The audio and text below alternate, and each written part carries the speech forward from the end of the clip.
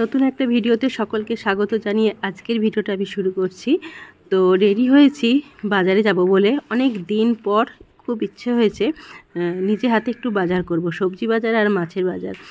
তো আমি একদম রেডি হয়ে নিয়েছি। আর নোনা আর বাবাই আজকে দুজনেই বাড়িতে। স্যাটারডেতে এই একটা স্যাটারডে যেটা নোনা আর বাবাই দুজনেই বাড়িতে থাকে, সেরকমই একটা স্যাটারডে সকালে আমি রেডি হয়ে একদম সোয়েটারটাও নিয়ে নিলাম, কারণ একটু খুবই ঠান্ডা পড়েছে এখন। আর যেহেতু বাইকে যাব খুবই ঠান্ডা লেগে যাবে। আর বিছানার হাল দেখো, ঠিক এই অবস্থা। নোনা যেদিন বাড়িতে থাকবে বিছানার হাল এরকমই থাকবে সারাটা দিন। যতবারই আমি গুছাই না কেন হাল বেহাল হয়ে যায় বিছানা। তো যাই হোক, চলো রেডি হয়ে নিয়ে বেরিয়ে যাই মনের মতো করে। একটু সবজি বাজার আর মাছের বাজার করব। একটা সপ্তাহের পুরো এক সপ্তাহের বাজার আর মাছের বাজার আর সবজি বাজারটা করে রাখবো। আর আমার পছন্দ মতো, কারণ আমি সেই কারণেই যাচ্ছি, কারণ বাবাই যে সবজিগুলো আনে না আমার একদম পছন্দ হয় না। কারণ আমি যে সবজিগুলো ভালোবাসি সেগুলো আমার মনের মতো হয় না, আসে না। সেই কারণেই আমি যাচ্ছি। চলো। ঠান্ডাটা এখন ভালোই পড়েছে, বাইকে যেহেতু যাবো না, ওই জন্য সোয়েটারটা একটু গলিয়ে নিলাম গায়ে, সোয়েটারটা পরে নিলাম। বাইরে ঠান্ডা খুব, বাইকে করে যেহেতু যাবো ওই জন্য সোয়েটারটাও পরে নিলাম। আর মাথাতে কিছু দেবো না, একটা হেলমেট তো থাকবেই। আর মাথায় বেঁধে না, আমি কানে বেঁধে কিছু থাকতে পারি না। আর হাওয়া দিচ্ছে খুব, প্রচণ্ড হাওয়া চলছে, কদিন ধরেই খুব হাওয়া দিচ্ছে। আর ঠান্ডাটাও পড়েছে বেশ। ব্যাগ নিয়ে নিয়েছি, এটা করে সবজিটা কিনে নেবো আমি, আর মাছের ব্যাগগুলো বাবাই নেবে।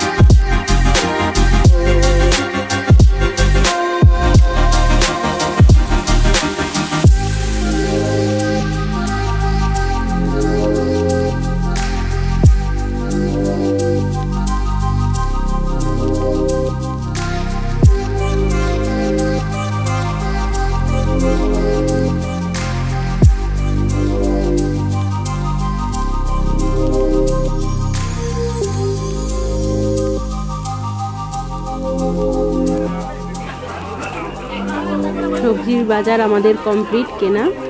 এবার চলে এসেছি দেখো মাছের বাজারে। অনেক ধরনেরই মাছ আছে। তো চলো কি কি মাছ কেনা যায় দেখি, সঙ্গে থাকো।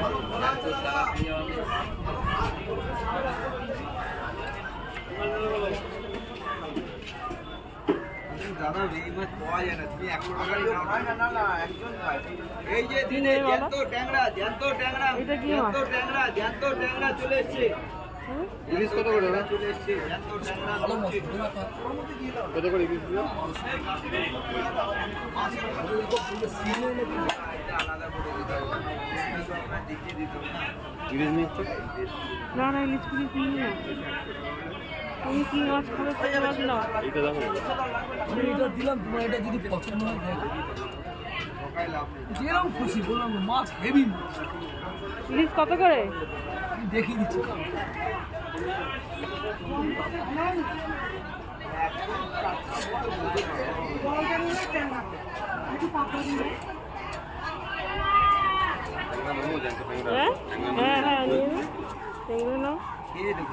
ইলিশটা কি করতে মিলে? এইটা খেয়ে দেখুন আপনার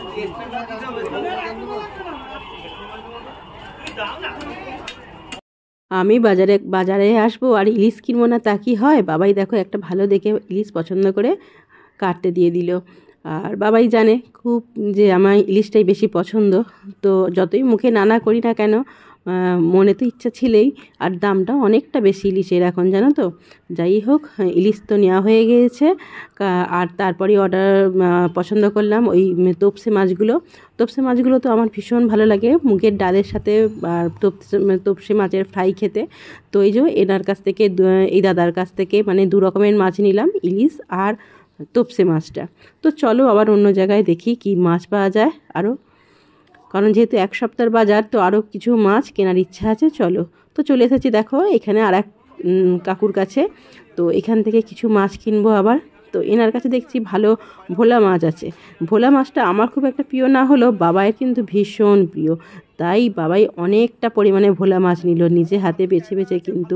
আর বললাম মাঝারি সাইজের নাও, যেগুলো বেশ ভালো লাগবে খেতে। খুব বড় আমার বেশ ভালো লাগে না, আবার ছোটও না, মাঝারি সাইজগুলো বেছে বেছে বাবাই এই যে নিল। আর ভোলা মাছ যা নিয়েছিল মানে 2 দিন হয়ে যাওয়ার মতো, ইলিশ মাছটাও 2 দিন হয়ে যাবে। তো চলো কিছু ভোলা মাছ নিয়ে নেওয়া যাক। শীতকালে ভোলা মাছ ভালো করে ঝাল ঝাল করে রান্না করলে না বেশ মুখ ছাড়ে কিন্তু। আর আদা রসুন বাটা দিয়ে আর খুব ঝাল দিয়ে না ভোলা মাছটা রান্না করলে খেতে খুব ভালো লাগে শীতকালে। আর অন্য কোনো সময় আমার অতটা ভালোও লাগে না। তো আমাদের বাপের বাড়িতে এইসব এত ধরনের মাছ কিন্তু আসতো না। আমার বাবা বেশি আনতো রুই, কাতলা, মৃগেল, হ্যাঁ, চারাপোনা, এই মাছগুলো মানে পুকুরের মাছই আমাদের বাড়িতে বরাবর বেশি এসেছে। আর পমপ্লেটও আসতো, কিন্তু এই যে ভোলা মাছ, হ্যাঁ, তারপর তোমার এই তোপসে মাছ, এই মাছগুলো কিন্তু একদমই আসতো না। ইলিশ মাছ তো আসতোই, যেমন বর্ষায় ইলিশ আসতো, বর্ষাকালে যেমন ইলিশ হয় সবার বাড়িতে, তো সেরকমই হতো। কিন্তু অফ সিজনে কিন্তু এত হতো না। অফ সিজনগুলোতে আমাদের বাড়িতে প্রায় রুই, কাতলা, মৃগেল এই মাছগুলোই ধরা বাঁধা ছিল আমার বাবার। তো দেখো এখানে বাবাই বেছে বেছে কিন্তু অনেকগুলো ভোলা মাছ নিয়েছে। ভোলা মাছটা ও দেখেছি খুব ভালোবাসে। আর খুব ঝাল ঝাল করে একটু ধনেপাতা দিয়ে রান্না করলে না বেশ ভালোও লাগে শীতকালে, মুখে বেশ ভালো লাগে। শীতকালে একটু ঝাল ঝাল খেতে ইচ্ছে করে, তো বেশ ভালো লাগে। এই দাদার কাছে দেখো এই লোটে মাছ ছিল। তো লোটে মাছগুলো না আমি খুব ইচ্ছে ছিল নেওয়ার, কিন্তু বাবাই একদম খেতে চায় না। আর আমি একা নিয়ে কি করব বলো তো? নোনা খাবে না, বাবাই খাবে না। যেখানে ওরা দুজনে খাবে না সেখানে আমি একার জন্য আর আমার সেই জিনিসটা নিতে ইচ্ছে করে না।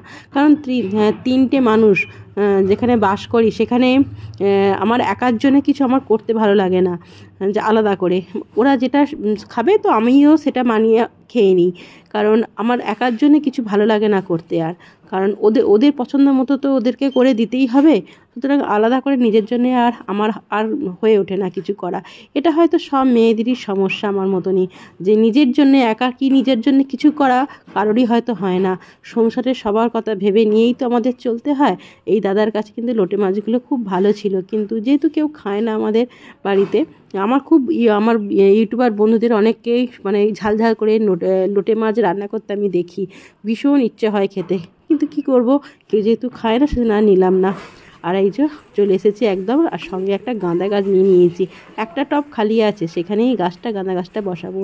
আর এই যে দেখো গলায় মামলারটা বাবাই শেষ পর্যন্ত বললো গলায় ঠান্ডা লাগবে, বাইকে করে যাবে, তুমি মামলারটা আগে নাও। তো বাবার ভয়েতে আবার আমাকে মামলারটা নিতে হলো।